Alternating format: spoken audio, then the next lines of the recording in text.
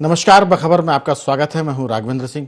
आज हम बात करेंगे मध्य प्रदेश की ऐसी सियासत के बारे में जो पहले कभी हुई नहीं और पता नहीं आगे कभी होगी कि नहीं होगी। आज कांग्रेस की राज्यसभा प्रत्याशी मीनाक्षी नटराजन का पर्चा इसलिए निरस्त हो गया क्योंकि उन्होंने तेलंगाना के एक अदालत के नोटिस की जानकारी अपने नामांकन पर्चे में नहीं बताई थी। इस पर भाजपा के एक नेता ने आपत्ति की। नेता का नाम है राहुल कोठारी। और उस आपत्ति पर जब निर्वाचन अधिकारी ने विचार किया तो आज शाम को नतीजे के तौर पर मीनाक्षी नटराजन का पर्चा निरस्त हो गया। ये एक कानूनी प्रक्रिया है, इस पर दांवपेच हो सकते हैं, तर्क कुतर्क हो सकते हैं, मामला अदालत भी जाएगा। ये बात भी कांग्रेस के प्रदेश अध्यक्ष जीतू पटवारी ने की है। लेकिन सवाल है कि इसका गुनाहगार कौन। मीनाक्षी का नामांकन तो रद्द हो गया, लेकिन इसको लेकर एक तरह से छिड़ गया है युद्ध। सियासी है, गलती किसकी है? गलती किसी की तो है। और अगर गलती किसी की है तो उसको फिर डिफेंड करने के बजाय उसको एक तरीका तो ये कि सच मान लेना चाहिए, लेकिन सियासत में सच माना नहीं जाता। अगर हम गलती पर भी हैं तो उस पर हम अड़े रहेंगे कि हम गलत नहीं, सही हैं।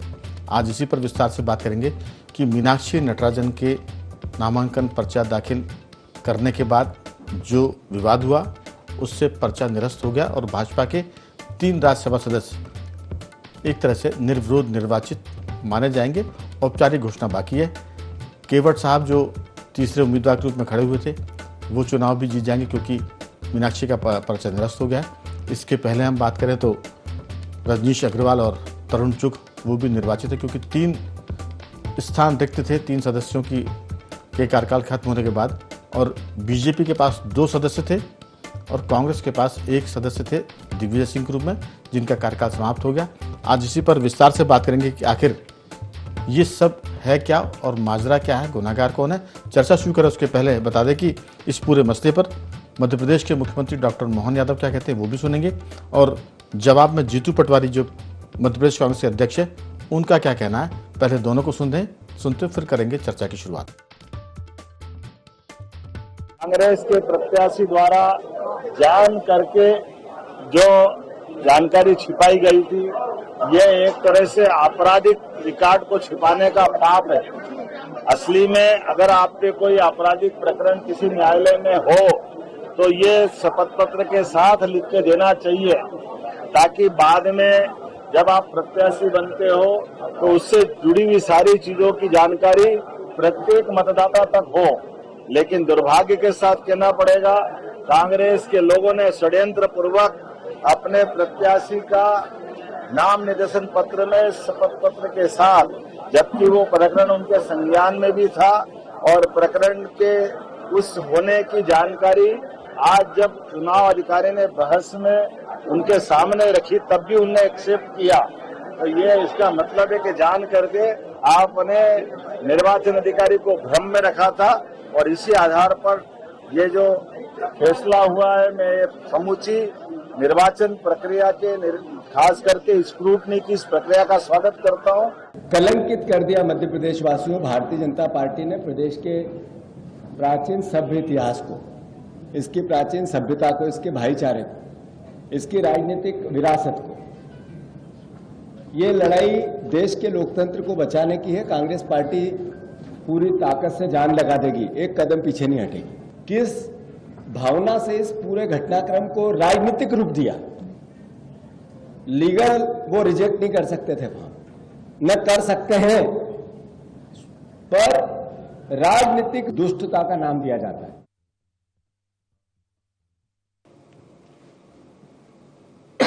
तो मध्य प्रदेश में भाईचारे का माहौल इससे खराब हो गया, जीतू पटवारी कह रहे हैं। अब इस पर भाईचारे का माहौल खराब हुआ ये आगे हम चर्चा करेंगे, लेकिन राजनीति भी हुई है इस पर भी उन्होंने कहा है। तो राजनीति तो होगी ना, क्योंकि राज्यसभा का नामांकन ही राजनीति है।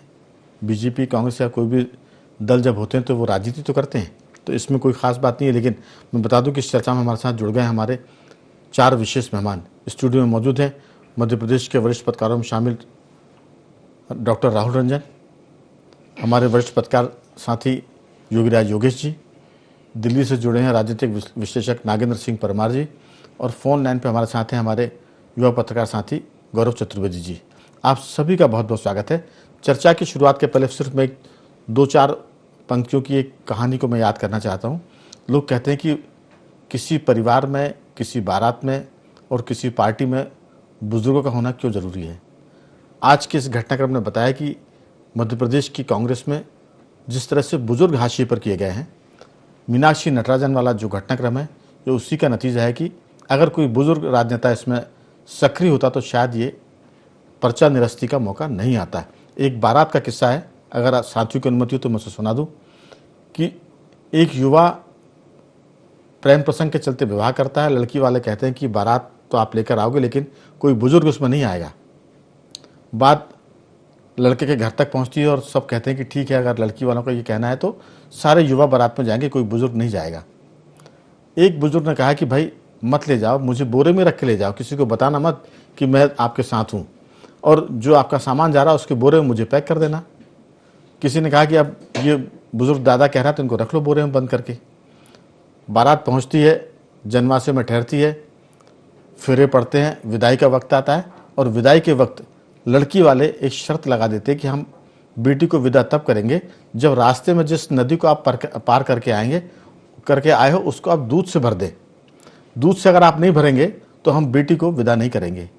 पूरी बारात में खलबली मचती है और सब सोचते हैं कि क्या किया जाए, नदी को दूध से कैसे भरेंगे। लिहाजा मायूस होकर वो जन्मा से लौटते हैं। बुजुर्ग पूछता है कि क्या वजह है, बहू लेकर नहीं आए? तब वो कहते हैं कि दादा, लड़की वालों ने शर्त रख दी है कि अगर जो नदी पार करके हम यहाँ आए हैं उसको दूध से नहीं भरोगे तो हम बेटी को विदा नहीं करेंगे। बहुत मुश्किल है, अब तो खाली हाथ लौटना पड़ेगा। बुजुर्ग कहते हैं कि कोई दिक्कत नहीं है, मेरे पास इसका एक उपाय है, तुम जाकर बेटी वालों से कहो कि वो नदी को खाली कर दें, वो नदी को खाली कर देंगे तो हम उसको दूध से भर देंगे। जाकर जब ये बात की जाती है बेटी वालों के यहाँ, लड़की वालों के यहाँ, कि हम दूध से नदी को भरने को तैयार है बशर्ते कि आप उसको पानी जो भरा उसे खाली कर दीजिए। तब लड़की वालों में से कहते हैं कि आपकी बारात में ज़रूर कोई बुजुर्ग है, ये जवाब उसी की तरफ से आ सकता है। तो समस्याओं के समाधान अगर बुजुर्ग होते तो हो जाते। मीनाक्षी नटराजन की टीम में जीतू पटवारी, उमंग सिंघार और जो हरीश चौधरी जी हैं उनके अलावा कोई बुजुर्ग होता तो शायद ये नौबत नहीं आती। ये मेरी अपनी बात है, ज़रूरी नहीं कि इससे कांग्रेस या बाकी लोग सहमत हो, लेकिन उसी का नतीजा कि पूरी जो भी दल सियासत कर रहे हैं उसमें अगर बुजुर्ग नहीं है तो वो उत्कर्ष पर थे लेकिन अब पराभव की तरफ जा रहे हैं।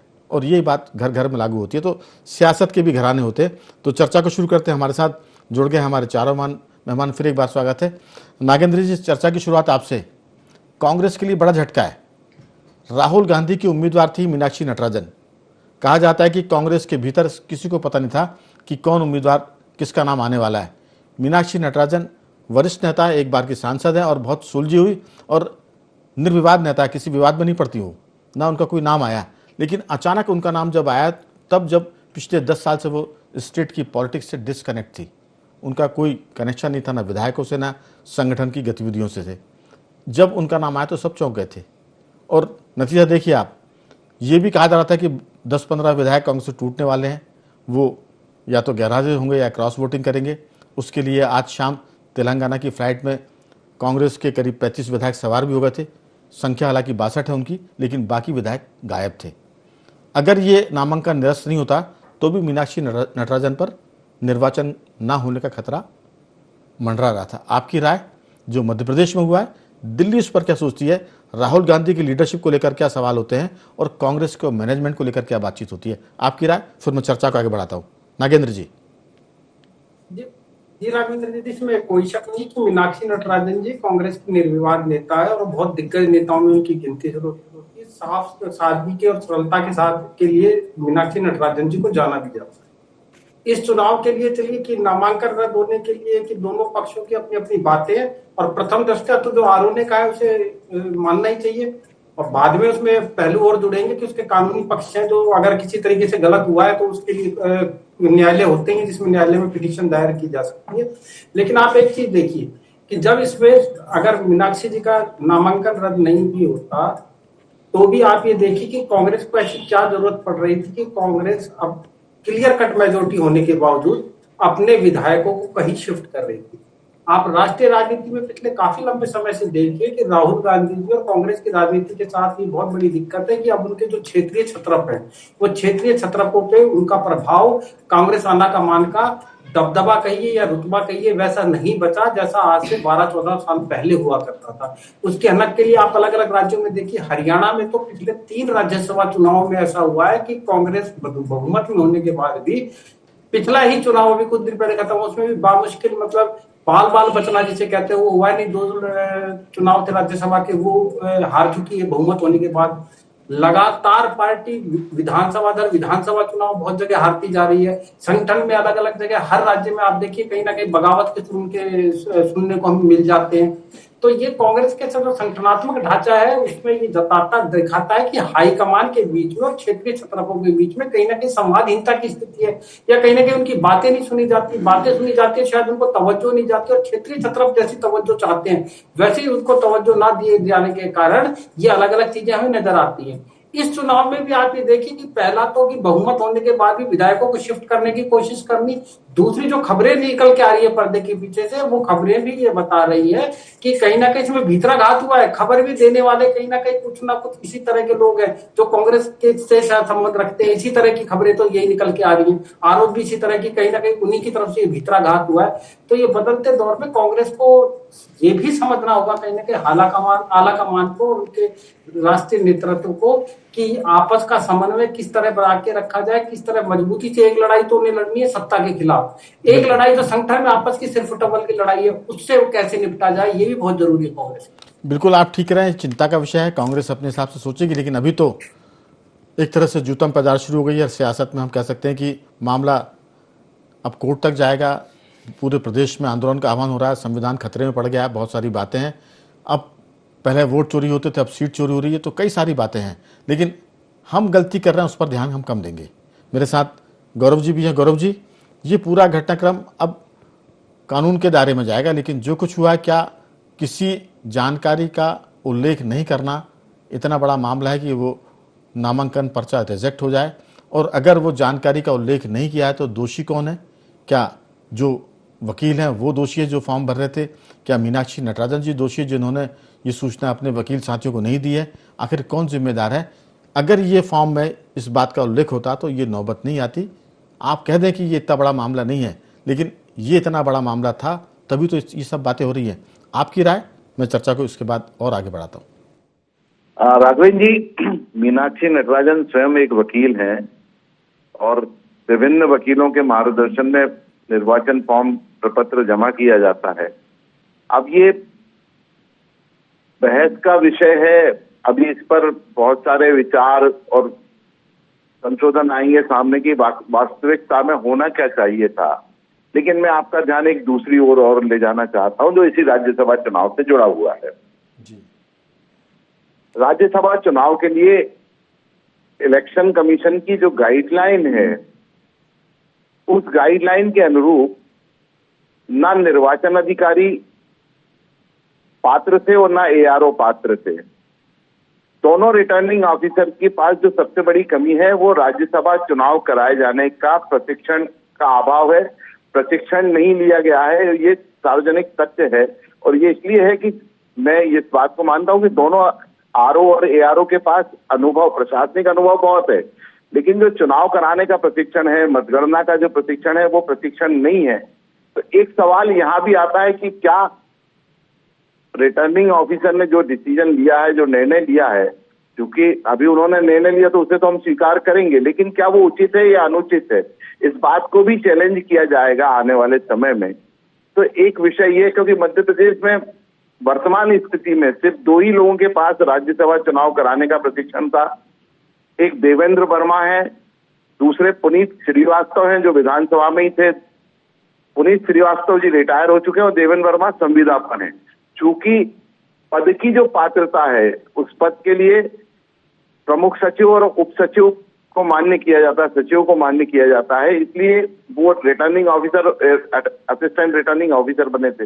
लेकिन इस विषय पर भी आने वाले समय में बहुत लंबी बात होगी और इसका भी विश्लेषण होना बाकी है कि क्या वाकई में कानूनी जानकारी ये छुपाई गई है तो इसके आधार पर नामांकन फॉर्म निरस्त किया जा सकता है या नहीं। ये अभी जब कांग्रेस अपना पक्ष रखेगी कोर्ट में और कोर्ट का जो डिसीजन आएगा वो महत्वपूर्ण भूमिका निभाएगा कि आने वाले समय में, और अगर कोर्ट समय अनुरूप निर्णय दे देता है तो मुझे लगता है कि फिर चुनाव की नौबत आ जाएगी। बिल्कुल आप ठीक कह रहे हैं, ये तो भविष्य के गर्त में, लेकिन अभी तो ये बात साफ होगी कि पर्चा निरस्त हो गया है। और गौरव जी, ये डिसीजन कुछ छोटा मोटा नहीं है कि किसी नगर पालिका का या किसी ग्राम पंचायत का फैसला हो।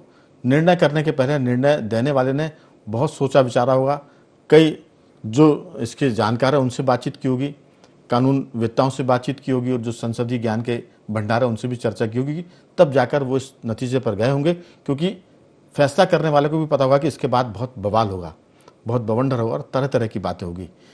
हर पक्ष के लोग हैं जो इसके पक्ष में तर्क देंगे, कुछ इसके खिलाफ भी देंगे। जो इसके पक्ष में तर्क देंगे वो गोदी मीडिया कहलाएगा, जो इसके खिलाफ तर्क देगा वो कांग्रेस समर्थित मीडिया कहलाएगा। हमारी चर्चा का मकसद ये है कि हम निष्पक्ष बातचीत करें, इधर जैसा आप भी कर रहे हैं, हम सब उसी लाइन के लोग हैं जो तटस्थ बातचीत कर रहे हैं। सीधी सी बात है डॉक्टर राहुल जी कि ये जो सारा मामला है, विवाद हो गया है, अगर कोई जानकारी छिपाई है, मैं सिर्फ इस घटना में एक घटनाक्रम जोड़ूंगा। मध्य प्रदेश में मुख्यमंत्री थी उमा भारती के खिलाफ भी एक कोर्ट का वारंट आया था, और उस वारंट के चलते उमा भारती को इस्तीफा देना पड़ा था। वो इस्तीफा नहीं देती तो भी चल जाता, लेकिन उस समय उन्होंने इस्तीफा दिया, वो कोर्ट में पेश हुई, उसमें गिरफ्तारी नहीं हुई थी उनकी, लेकिन गिरफ्तारी हो सकती है इस अंदेशे में वो यहाँ से इस्तीफा देकर गई मुख्यमंत्री के पद से। एक उदाहरण। दूसरा उदाहरण केजरीवाल का भी है कि गिरफ्तारी हुई, कोर्ट अदालत तिहाड़ जेल में रहे, फिर भी इस्तीफा नहीं दिया। तो ये दो उदाहरण सामने है। तीसरा ये मामला आ गया कि अगर आपने जानकारी छिपाई तो मीनाक्षी नटराजन जैसी सीनियर लीडर का भी पर्चा निरस्त हो सकता है। फैसले के पहले बहुत विचार किया होगा जिसने भी निर्णय दिया है। हम सब इसी पर चर्चा कर रहे हैं, आपकी राय। राघवेंद्र जी, सबसे बड़ी बात तो ये है कि इस पूरे चुनाव में सांप निकल गया, अब लाठी पीटो। अब आप लाठी जितनी भी पीटते जाओगे उससे कोई फर्क नहीं पड़ता, क्योंकि कांग्रेस के लिए और भारतीय जनता पार्टी दोनों के लिए नाक का विषय था। दोनों की नाक लगी हुई थी इसमें। और कांग्रेस को लेकर के यदि भाजपा ने तो नाक अपनी ठूस दी थी। हाँ, ठूस ही दी थी। वो तो उसका हक नहीं था। तीसरा तो कांग्रेस के खाते में था। कांग्रेस असल नाक तो क्या पूरी गर्दन कांग्रेस की लगी हुई थी। तो पूरी की पूरी प्रतिष्ठा दांव पे लगी। तो प्रतिष्ठापूर्ण चुनाव होता भी है ये। और मीनाक्षी नटराजन सरीखे यदि सीनियर लीडर वहां से लड़ रही हो तो ऐसा कभी हो नहीं सकता कि उनके साथ में 3 4 5 वकील, खुद भी वकील है और लंबा एक्सपीरियंस है, चुनाव लड़ चुकी हैं और संगठन में लंबे समय से सक्रिय है, तो इनको सबको मालूम है कि कौन सी जानकारियां कैसी देनी है, कौन सी छुपानी है और किस पे कानूनी पेच आ सकता है। यदि आप ये कह दें कि साहब वो जो जानकारी छुपाई गई है उसको लेके भविष्य में या फिर निर्वाचन प्रक्रिया प्रभावित नहीं होगी, इसको लेके छुपा दी गई है, तो सबसे बड़ी बात है कोई जानकारी यदि आपने छुपा दी है जो आपको मालूम है कि निर्वाचन पत्र पे दाखिला देते समय उन चीज को भरना है आपको, और आपने जानबूझ के उसको छुपा दिया, तो वो भी एक अपराध की सीमा में आ जाता है। तो आपने जानकारी दे देते, अनजाने में भी छुपाया तो भी अपराध है। यदि आपने उस जानकारी को दे देते तो रिटर्निंग ऑफिसर को यदि उसको मान्य करना है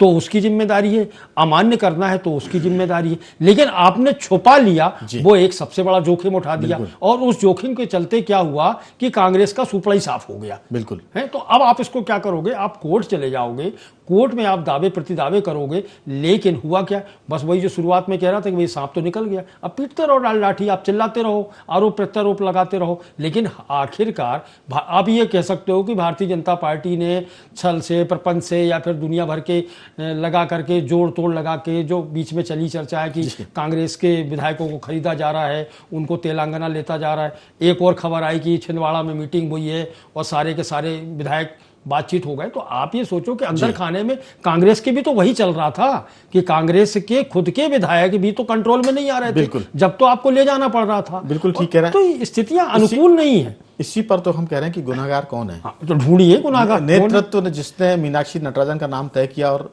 राज्य नेतृत्व को बताया ही नहीं, या राज्य के जो वरिष्ठ नेता थे उनको भरोसे में नहीं लिया। जब आप किसी की इस तरह से लैंडिंग कराएंगे, पैराशूट लैंडिंग, तो फिर ये विवाद होंगे। क्योंकि योगीराज जी, जब केंद्र कमजोर होता है तो छत्र मजबूत हो जाते हैं। पूरे देश में कांग्रेस बड़े बड़े राज्यों में 3% 4% वोट पा रही है। दिल्ली में कोई विधायक नहीं है, दिल्ली राज्य से कोई सांसद नहीं है, 1 2 3 राज्यों में आपकी सरकार है, नेतृत्व इसके बाद भी सबको साथ लेकर चलने की कोशिश के बजाय एकला चलो की स्थिति में है कि हमने फैसला सुना दिया है, अब आप इस पर काम करिए। तो मध्य प्रदेश कोई छोटा राज्य नहीं है, यहाँ के लीडर भी बहुत बड़े हैं, कमलनाथ, दिग्विजय सिंह, बहुत सारे लीडर हैं। आप उनकी अनदेखी करेंगे तो नतीजा जो दिख रहा है ये इससे कोई अलग नहीं आने वाला। आपकी इस पर राय? देखिए राघवेंद्र जी, इस पूरे एपिसोड पे आप ध्यान दें, मीनाक्षी नटराजन जब उनका नाम तय हुआ, नाम तय होने के बाद से ही कांग्रेस में खलबली मच गई थी। मतलब भाजपा तो उस समय तीसरा प्रत्याशी उतारने की सोच भी नहीं रही थी जी। और वो ये चाहती थी कि एक महिला प्रत्याशी के आगे जबरन अपन क्यों अपना समय खराब करें। कोई दूसरा होता तो शायद दिग्विजय सिंह जी या कमलनाथ जी जैसे बड़े नेता होते तो बीजेपी जानबूझ करके तीसरा प्रत्याशी उतारती। मीनाक्षी को लेकर थोड़ा सा सॉफ्ट कॉर्नर था, लेकिन मीनाक्षी के बाद जब कांग्रेस में जो माहौल बना, खुद कांग्रेस के नेता जा जाके ये प्रदर्शन करने लग गए कि हम सेव वोटेज कर देंगे, हम तो वहाँ जा रहे हैं और हम यहाँ जा रहे हैं। पहले दिन ही पोस्ट आ गई नरेश ज्ञानचंदानी की, कांग्रेस के जो 2 बार विधानसभा लड़े, हार गए। लेकिन माहौल तब से ही बनने लग गया, भाई बीजेपी के हौसले क्यों बढ़े तीसरा उम्मीदवार देने की जी, क्योंकि उनको पता था कि हम वोटर तो उनके पास थे नहीं। लेकिन जब कांग्रेस में इस तरह का माहौल देखा तो बीजेपी ने कहा चलो अब तीसरा उम्मीदवार उतारते हैं और रिस्क लेते हैं। अब एक महत्वपूर्ण बात मैं आपको बताता हूँ, कांग्रेस के खेमे से यदि इसको देखा जाए, कांग्रेस अपनी गलतियों से सबक नहीं ले रही।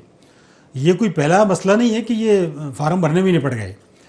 विदिशा लोकसभा चुनाव में राजकुमार पटेल फॉर्म के चक्कर में निपट गए, पूरी चुनाव ही हार गए जी। वो भी फॉर्म जमा नहीं करा या जो उसमें मिस्टेक रही है, वो केवल फॉर्म भरने के चक्कर में एक सीट आपने लॉस कर दी। ये प्रतिष्ठापूर्ण चुनाव आपने लॉस कर दिया। एक उदाहरण और मैं आपको देता हूँ, बीना की विधायक शायद सप्रे, उनकी सदस्यता को लेकर कोर्टबाजी चल रही है, कोर्ट में भी वो मसला है जी। इंदौर हाईकोर्ट में उमंग सिंह जी की तरफ से याचिका दायर कर दी गई, साल 6 महीने तक वहाँ सुनवाई होती रही। फिर जब जज साहब ने फैसला दिया, उन्होंने कहा ये इंदौर हाईकोर्ट के क्षेत्र का मामला ही नहीं, आप जबलपुर जाइए। मतलब 1.5 साल उसका टाइम खराब हो गया और उसको लेके फिर बाद में जबलपुर में वो याचिका लंबी। तो मतलब ये पता ही नहीं लोगों को, गलत जगह पर आप याचिका दायर करेंगे फिर तो अब ये इतना भी जानकारी नहीं होगी तो फिर दिक्कत। तो ये तो मैं कह रहा हूँ कि इन लोगों को पता नहीं ये क्या क्षेत्राधिकार पता नहीं है, ये जानबूझ करके ऐसी गलती कर रहे हैं, क्यों जानकारियां छुपाना चाहते हैं, क्यों आपके लोग जाके फिर जानकारी सत्ता पक्ष के लोग दे रहे हैं। तो ये अपने पाले को संभालने की जरूरत है कांग्रेस को।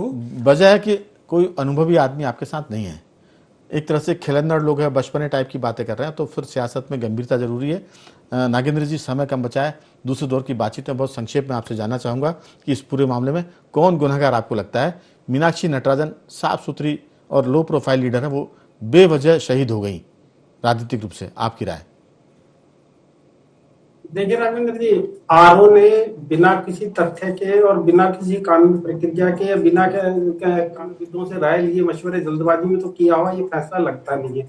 लेकिन ये कितना सही था कितना गलत था, दोनों पक्ष अपनी अपनी बात रखेंगे और न्यायालय के रास्ते खुले हुए, न्यायालय में जाके कांग्रेस वाले अपनी बात रखेंगे। उसके बाद में जो फैसला आएगा पता चलेगा, कानून रूप से वो देखेगा, न्यायालय उसे देख सकता है कि आरओ की कमी रही या इन्हीं की तरफ से तथ्य पूरे नहीं दिए गए, चुनावी हलफनामे में कुछ जानकारियां जो कही जा रही है वो छोड़ दी गई है, वो वहां होगा। अगर चुनाव अनुचित तरीके से उनका आरओ ने नामांकन रद्द किया है तो चुनाव शून्य भी घोषित हो जाएगा, और सही है तो फिर वो जानकारी इन्होंने छिपाई वो पता ही चलेगा। तो आने वाले समय में गौरव जी, आपकी नजर में अभी तक के घटनाक्रम में कौन गुनहगार लगता है? मीनाक्षी नटराजन, फॉर्म भरने वाले वकील, या फैसला देने वाले निर्वाचन अधिकारी?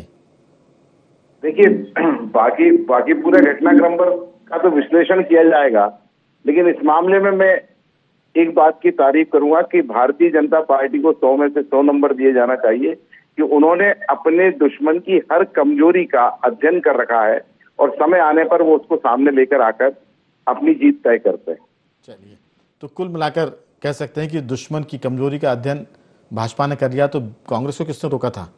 कांग्रेस भी बीजेपी की कमजोरियों का अध्ययन करके विधानसभा में घेरती, सड़क पर घेरती। अब हमेशा वो डिफेंडिंग मोड पर आते हैं कि हम संविधान की रक्षा करेंगे, भाईचारा खत्म हो गया है, जिसका मूल मुद्दे से कोई ज़्यादा संबंध होता नहीं है। राहुल जी, बहुत छोटी सी प्रतिक्रिया आपकी इस पर कि गुनाहगार कौन लगता है आपको? राघवेंद्र जी, गुनाहगार तो बाद में पकड़ में आएगा, लेकिन इससे तो ये नहीं, आपको कौन लगता है? नहीं, देखिए, गुनाहगार तो जिसने गलती की अब गुनाहगार है ही, क्योंकि उसने गलती छुपाई है अपनी। सबसे बड़ी बात, पहली चीज तो ये समझ में नहीं आ रही है कि ये पूरे के पूरे कांग्रेस के कुनबे में, मतलब एक चुनाव लड़ने की प्रक्रिया से ये कोसों दूर हो गए। इनको यही समझ में नहीं आ रहा कि चुनाव कैसे लड़ा जाता है, और इसके अंदर ही इतने ज्यादा विभीषण पैदा हो गए हैं कि जानकारी कौन दे रहा है? जानकारी तो यही लोग दे रहे हैं ना। भारतीय जनता पार्टी को यदि किसी गलत मुद्दे पे या गलत जानकारी को प्रस्तुत की गई है तो यहीं से भेद खुला होगा। तो ये कांग्रेस के लोगों के खुद के दिल खोखले हो गए। तो आप ये चुनाव की प्रक्रिया तो छोड़ दीजिए। आपने ठीक कहा कि कोई विभीषण होगा, विभीषण तब होंगे जब कांग्रेस में कोई रावण होगा। अगर कोई अहंकारी है जो खुद ही फैसले कर रहा है कि मैं सीता का अपहरण भी करूंगा, छोड़ूंगा भी नहीं, चाहे मंदोदरी समझाया, चाहे कुंभकर्ण समझाया, चाहे विभीषण समझाया, लेकिन विभीषण तो तभी पैदा होंगे योगीराज जी जब रावण जैसा अहंकार पार्टी के भीतर होगा। आपकी राय, ये विभीषण क्यों हो रहा है और रावण कौन है? मेरा कहने का मतलब, रावण से मेरा मतलब गुनाहगार ही है। आपकी छोटी सी टिप्पणी इस पर। सही बात है, लेकिन इन सब में पूरा लब्बो लुआब यही है कि कांग्रेस को अपना कुनबे को संभालने की ज़रूरत है, और ये जो प्रत्याशी घोषित होते से ही उसके खिलाफ माहौल बनाने लग जाते हैं पार्टी वाले। बिल्कुल, इसको दुरुस्त करना चाहिए। एक बस लास्ट में एक बात हो रही है कि जब ये मामला कोर्ट में जाएगा निश्चित तौर पर सुनवाई होगी, लेकिन आजकल कोर्ट में इतने लंबे मामले चलते हैं कि 2-3 मामले ऐसे हैं अपने मध्य प्रदेश की जी। गुना के एक विधायक थे सलूजा, वो 5 साल कार्यकाल पूरा कर गए, उसके बाद फैसला आया कि उनकी जो जाति भरी थी वही गलत थी। अब वो तो समरथ को नहीं दोष है, सुप्रीम कोर्ट, हाई कोर्ट के लोगों को आप क्या कह सकते हैं? वो इस मामले में मान लो न्याय में इतनी देरी हो गई। हाथ जोड़कर उनको प्रणाम करते हैं कि आप 5 साल में करें, 10 साल में करें, या अनंत काल तक उसको लटका रहेंगे। लेकिन चर्चा के अंत में मैं सिर्फ इतना कहूंगा कि एक कवि सम्मेलन में कविता पाठ हो रहा था, एक सामने दादा बैठे थे लठ लेके, वो जब कविता पाठ चल रहा था तो वो घूम रहे थे लठ ले लेके। कवि को लगा कि मेरी कविता इनको पसंद नहीं आ रही है, उसने दूसरी कविता सुनाई, तीसरी सुनाई, चौथी सुनाई, दादा नहीं बैठे लठ लेके। तो उसने पूछा कि अगर आपको मेरी रचना पसंद नहीं आ रही तो मैं बैठ जाता हूं या फिर आप बैठ जाएं। तब उनका जो जवाब था वो बहुत गौर करने लायक है, और वो जवाब आप लोग साथ लेकर जाइए। वो कहते हैं कि तू तो पढ़े जा, मैं तो उसे ढूंढ रहा हूं जो तुझे लेके आया है। मीनाक्षी नटराजन की कोई गलती नहीं है। मीनाक्षी नटराजन को कौन लेकर आया, उनके फॉर्म भरने वाले कौन आए थे, उनको ढूंढने की जरूरत है कि आखिर बेचारी मीनाक्षी नटराजन क्यों बेवजह शहीद हो गई। उम्मीद करते हैं कि सियासत का ये युद्ध किसी मुकाम तक पहुंचेगा और कुछ ना कुछ हल निकलेगा। चारों मेहमानों का मैं धन्यवाद करता हूं। गौरव जी आपका साधुवाद, नागेंद्र जी आपका बहुत धन्यवाद, और योगीराज जी और राहुल जी आपका भी साधुवाद कि आपने चर्चा में हिस्सा लिया। बाखबर में सिर्फ इतना ही। बने रहिए हमारे साथ और देखते रहिए IND 24।